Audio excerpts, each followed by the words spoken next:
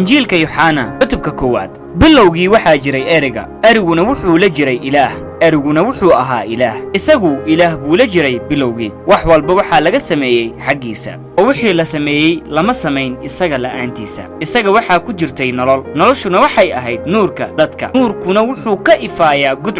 gudcurkuna kama badin waxaa jiray nin xagga ilaah laga soo diray magaciisuna wuxuu ahaa Yoxana isagu wuxuu u yimid marqaati furid inuu u marag furo nuurka inay dhammaan xaqiisa ka wada rumaystaan isagu nuurka ma uu ahayn laakiin wuxuu u yimid inuu nuurka u marag furo kaasu wuxuu ahaa nuurka runta ah oo u iftiimaya nin walba oo dunida yimaado wuxuu ku jiray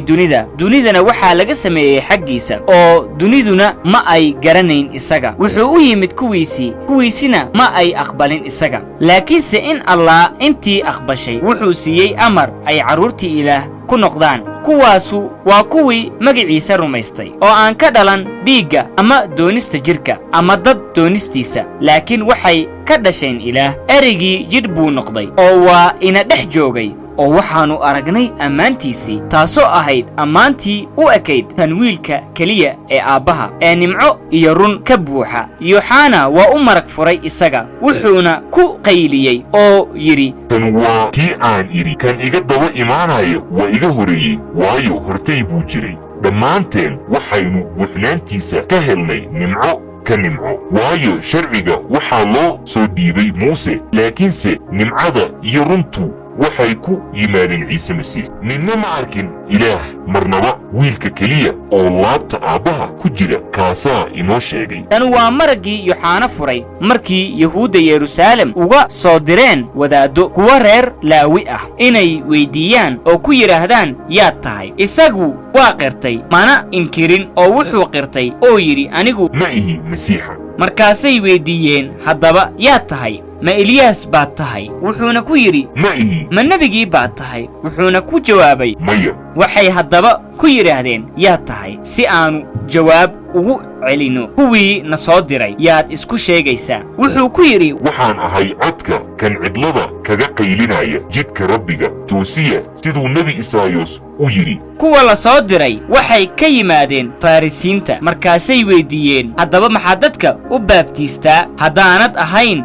Masiixa ama Eliyaas ama nabigii Yoxana wuxuu ugu jawaabay oo ku yiri anigu waxaan dadka ku baabtiisaa biyo laakiin dhexdiinnu waxaa jooga mid aydnaan garanayn oo kan iga daba imaanaya kan aanan istaahilin inaan yeelmaha kabtiisa furo waxyaalahaasu waxay ka dhaceen Baytaniya taasoo ku taal webi Urdun shishadiisa oo ahayd meeshii Yoxana dadka ku baabtiisayay maalintii labaad Yoxana wuxuu arkay Ciise oo ku soo socda oo wuxuu yiri bal eega wanka ilaah ee dembiga dunida qaadaya kan waa kii aan idhi waxaa iga daba imaanaya nin iga horeeyey waayo hortay buu jiray aniga ma aanan aqoonin isaga laakiin inuu Israa'iil u soo muuqdo sidaa daraaddeed ayaan u imid anigu dadka biyaan ku baabtiisaa Yoxana waa u marag furay isaga waxaan arkay ruuxa oo samada uga soo degaya sidii qooley oo kale wuuna dul joogsaday isagii anigu ma aan aqoon isaga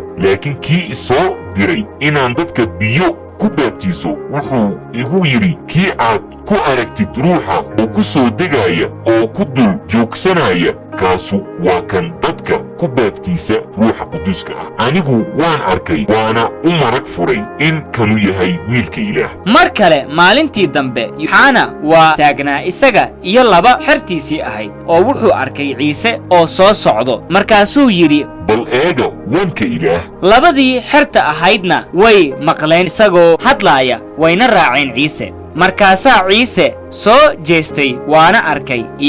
iyagoo raacaya kolkaasuu ku yiri maxaad doonaysaan waxay ku yiraahdeen Rabbi waxaa lagu fasiraa macallin xagee baad degan tahay wuxuu ku yiri kaalaya oo arka markaasay yimaadeen oo arkeen meeshuu deganaa wayna la joogeen maalintaas goortaas waxay ahayd abaaraha saacadda 10aad mid ka mid ah labadii maqashay Yoxana oo raacday wuxuu ahaa Andrawos iyo simoon butros walaalkiis. isagu wuxuu hortii doonay walaalkiis simoon oo ku yidhi, waanu helnay masiixa kan lagu fasiro kristoska. markaasuu wuxuu u geeyey ciisena intuu eegay ayuu wuxuu ku yidhi, adigu waxaad tahay simoon ina yuunis, waxaa lagu odhan doonaa kayfas, oo fasirkiisu yahay butros. maalintii labaad wuxuu doonayey inuu galiili tago oo wuxuu helay filibos. ciisena wuxuu ku yidhi, isoo raac. filibos wuxuu ahaa reer beytsayda, taasoo ah magaaladii andarawos iyo butros. markaasaa filibos wuxuu doonay natana'el oo ku yidhi, waxaannu helnay kii muuse sharciga ku qoray, wax isaga ku saabsan oo nebiyadiinna ay qoreen. wax isaga ku saabsan waana ciisihii reer naasareed oo ah ina yuusuf. natana'el wuxuu ku yidhi, ma wax wanaagsan baa ka imaan kara nasareed? markaasaa filibos wuxuu ku yidhi, kaalay oo arag. ciise wuxuu arkay natana'el oo ku soo socda oo wuxuu ku yidhi, bal eeg, kan waa mid reer israa'iil oo run ah oo aan khiyaano lahayn. markaasaa natana'el wuxuu ku yidhi, xaggee baad igu taqiin? ciise ayaa u jawaabay oo ku yidhi, intaan filibos kuu yeedhin markaad geedkii berdaha hoostiisa joogtay ayaan ku arkay. kolkaasaa natana'el u jawaabay oo ku yidhi, macallimow, waxaad tahay wiilka ilaah oo waxaad tahay boqorkii israa'iil. ciise ayaa u jawaabay oo ku yidhi, ma waxaad u rumaysatay odhataankii aan kugu idhi, geedka berdaha hoostiisa ayaan kugu arkay, waxaad arki doontaa waxyaalahaas ka waaweyn. markaasuu ku yidhi, runtii waxaa idinku leeyahay, waxaad arki doontaan samadoo furan iyo malaa'igaha ilaah oo kor u kacaaya oo ku soo degaya wiilka aadanaha.